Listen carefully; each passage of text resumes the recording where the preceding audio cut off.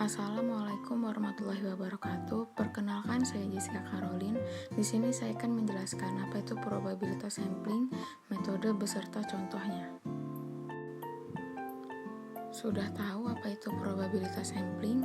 Probabilitas sampling adalah kemungkinan atau peluang bahwa elemen atau unit dalam populasi akan dipilih sebagai bagian dari sampel dalam suatu penelitian atau survei.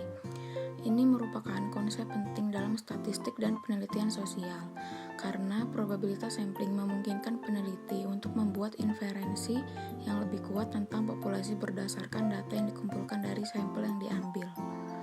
Beberapa metode probabilitas sampling. Yang pertama ada simple random sampling atau SRS, yang kedua ada stratified sampling, dan yang ketiga ada systematic sampling. Mengambil simple random sampling SRS.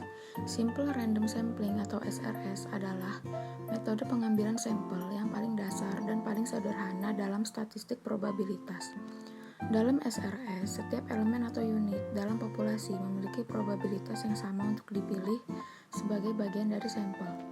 Ini berarti setiap unit dalam populasi memiliki kesempatan yang sama untuk diambil. Berikut contoh dari simple random sampling. Yang pertama, survei pemilihan umum. Survei pemilih dalam pemilihan umum, para peneliti sering menggunakan simple random sampling untuk mendapatkan sampel yang mewakili pemilih secara adil.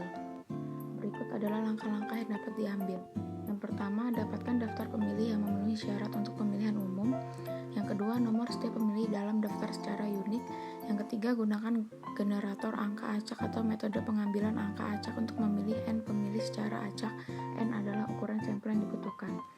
Dengan menggunakan simple random sampling dalam survei ini, Anda memastikan bahwa setiap pemilih dalam daftar memiliki probabilitas yang sama untuk dipilih, sehingga hasilnya dapat digunakan untuk membuat inferensi yang kuat tentang preferensi pemilih secara keseluruhan. Contoh yang kedua yaitu survei karyawan.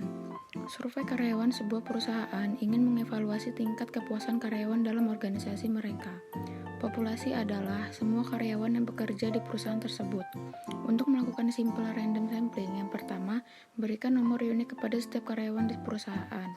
Yang kedua, gunakan metode pengambilan angka acak untuk memilih N karyawan secara acak sebagai sampel. N adalah jumlah sampel yang dibutuhkan. Yang ketiga, dengan demikian, setiap karyawan di perusahaan memiliki peluang yang sama untuk dipilih sebagai bagian dari sampel, yang membantu dalam mengatur kepuasan karyawan dengan cara yang objektif. Dalam semua contoh di atas, simple random sampling memastikan bahwa semua elemen dalam populasi memiliki probabilitas yang sama untuk dipilih sebagai bagian dari sampel. Ini adalah salah satu cara yang paling adil dan terpercaya untuk mengambil sampel dalam penelitian statistik. Terima kasih, itu saja yang dapat saya sampaikan. Wassalamualaikum warahmatullahi wabarakatuh.